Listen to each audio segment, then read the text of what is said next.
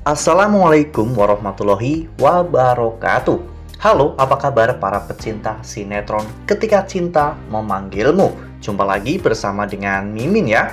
Seperti biasa, Mimin akan membagikan informasi-informasi terbaru mengenai alur dari cerita sinetron Ketika Cinta Memanggilmu, yang tentunya semakin hari akan semakin seru, semakin greget, dan membuat kita semua penasaran. Di video kali ini, Mimin akan memprediksi kemungkinan-kemungkinan besar yang akan terjadi di sinetron Ketika Cinta Memanggilmu untuk episode yang akan datang. Dimana di episode yang akan datang, kita akan menyaksikan bagaimana Bastian yang tidak memiliki pilihan lain selain meminta bantuan kepada Aksa ya kawan-kawan. Nah, kira-kira bagaimanakah respon Aksa ketika nanti Bastian datang ke rumahnya? Tonton video ini sampai dengan selesai ya.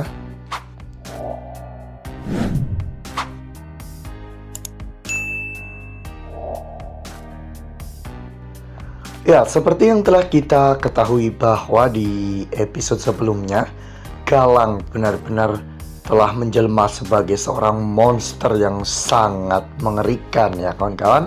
Ya, setelah akhirnya berhasil memaksa Bastian untuk menyerahkan semua aset dan juga harta kekayaan yang tersisa, saat itu bahkan Galang tidak memberikan Bastian waktu untuk bernapas ya kawan-kawan. Ketika Bastian sedang berada di rumahnya, Galang tiba-tiba datang bersama dengan rombongannya. Saat itu Galang mengusir Bastian dan juga seluruh keluarganya dari rumah itu.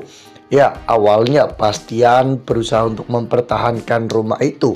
Namun Bastian tidak memiliki kekuatan apapun lagi sekarang, sehingga Bastian, Adam, dan bahkan Ica saat itu diseret keluar.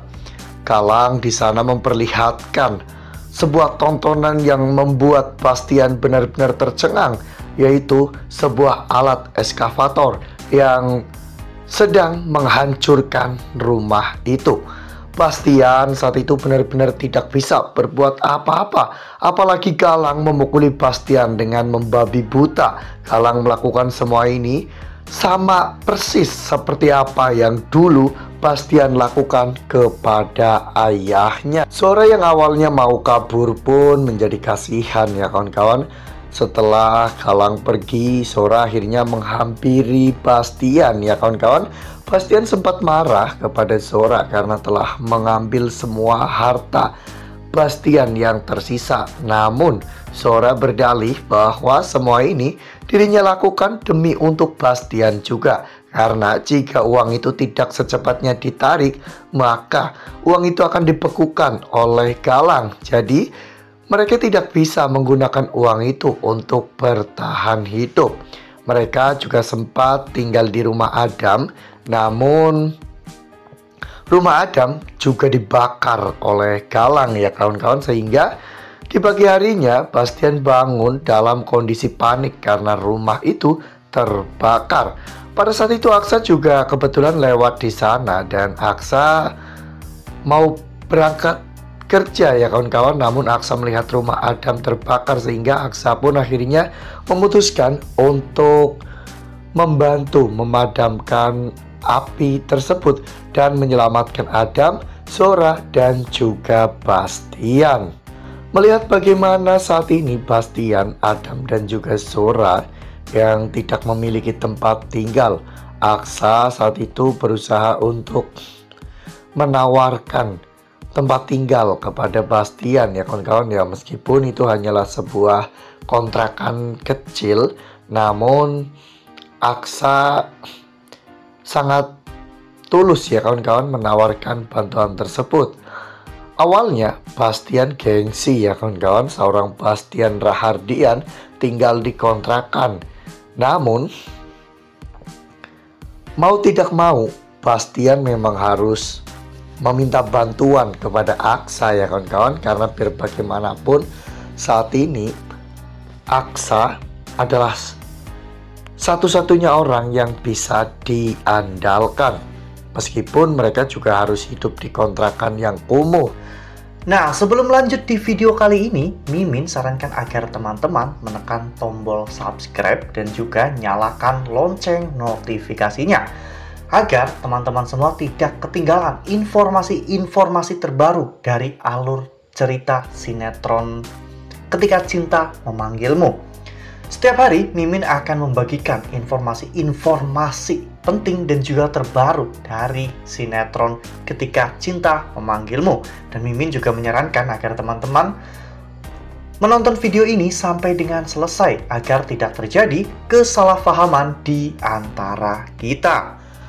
Ya, di kontrakan itu mereka bisa menyusun strategi ya kawan-kawan untuk bisa merebut kembali semua yang pernah mereka miliki yang telah dirampas oleh Galang, Adam, Aksa, dan juga Bastian. Jika mereka bertiga bersatu kompak, maka Galang tidak akan ada apa-apanya. Apalagi saat ini backingan Galang yaitu Lian Bagaskara juga sedang mengidap penyakit yang cukup serius yaitu gagal ginjal, sehingga mungkin Lian tidak akan lama menikmati kemenangannya ini ya kawan-kawan. Jadi menurut Mimin, alangkah lebih baiknya jika Bastian menurunkan egonya dan mengepentingkan balas dendam atau merebut lagi hak-hak yang memang seharusnya menjadi milik Bastian ya kawan.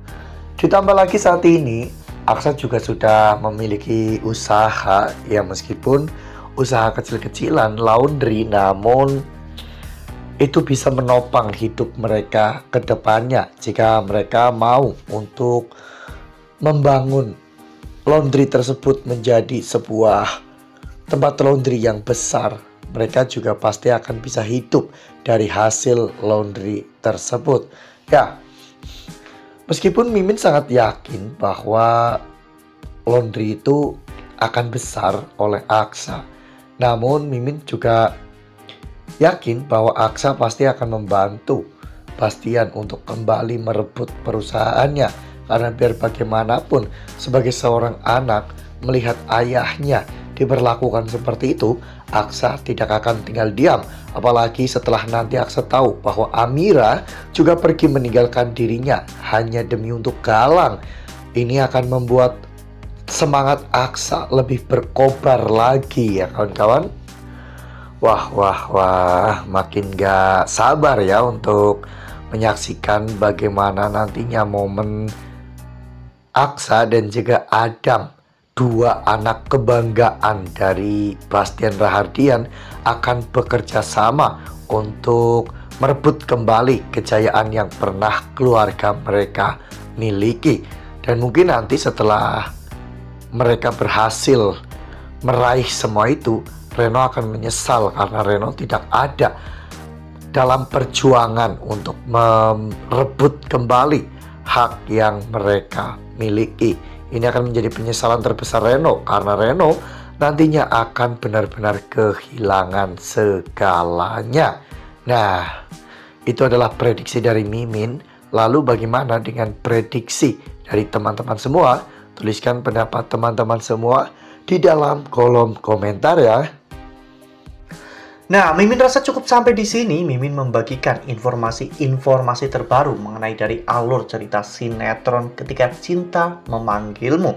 Terima kasih juga untuk teman-teman semua yang telah menonton video ini sampai dengan selesai ya.